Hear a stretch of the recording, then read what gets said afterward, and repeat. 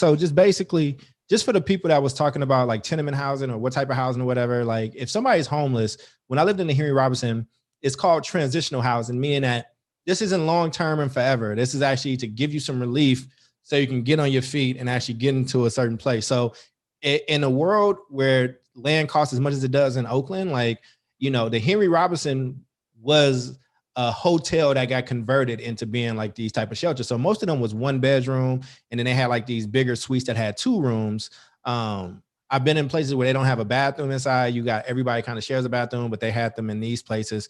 But if whether it's a tiny house or some type of transitional housing, I'd rather somebody be in that than be on the street. That's one, because we got people on the streets right now living that way. I think two, when you're talking about like worried about the white teachers kind of gaming the system and planning it. Listen, man, especially Oakland needs to understand this. When we talk, this is an equity lens, not equality lens. Equality means everybody got the same shot or whatever. Equity means we're going to give more to the people that need more. And we're going to actually make, you know, in an equity lens, you have the ability to make judgment calls around who should get something and who shouldn't get something.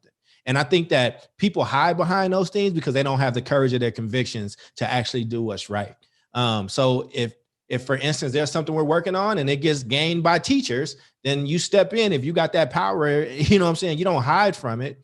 This is the problem that people have with privileged people. It's not that people don't want people to be privileged. It's that use and wield that privilege to actually help people. You know what I'm saying? Like, I believe in power and I'm going to use it. I'm not going to run from it. I'm a powerful person now. As somebody who grew up with no power, oh, I know that I'm powerful and I flex it, right, when I need to for my people. So that's the equity lens. And I think just looking at your policy, you know, a lot of people talk about Maslow's hierarchy of needs and how you need certain things to be handled so you can even do higher term thinking, right? Like, I can't think about self-actualization if I'm not safe and I don't have a place to live.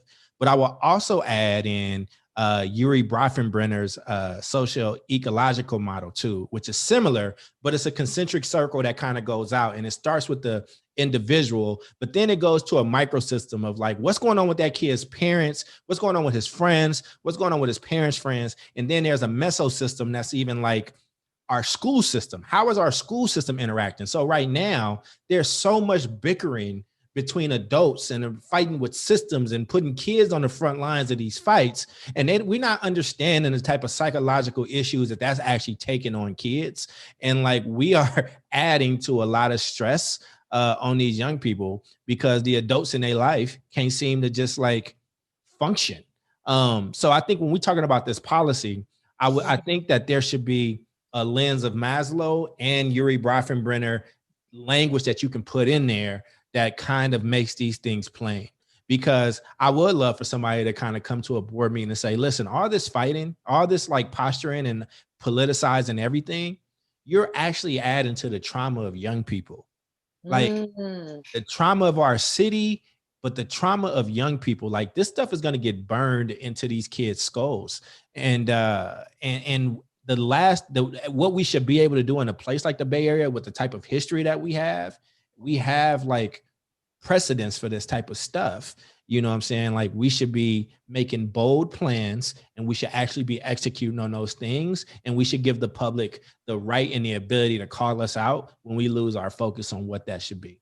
So I don't know how you build this thing, Jamoke, where there's a part of it that's in OUSD, but you have to root it in the soil of Oakland. I want it rooted in that damn Oakland tree around like, these are our values, you know?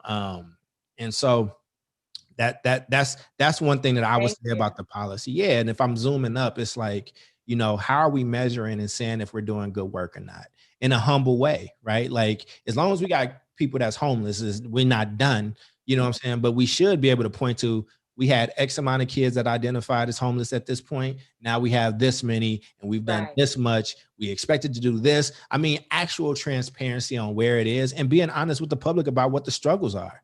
You know, and I think that would garner money. I think we'd get actual people that would want to help if they see where the money's going. And I think you'd get some restricted funds of a lot of people that may not feel really strongly about the district or whatever the case is, but they're like, I will invest in that. I think a Mark Benioff could see something like that and be like, oh, how much do you need for that? That's it? Okay, cool. Like, let's figure that out. So those are just like some academic leanings that you could write into it and actually help us look at things through a certain type of lens.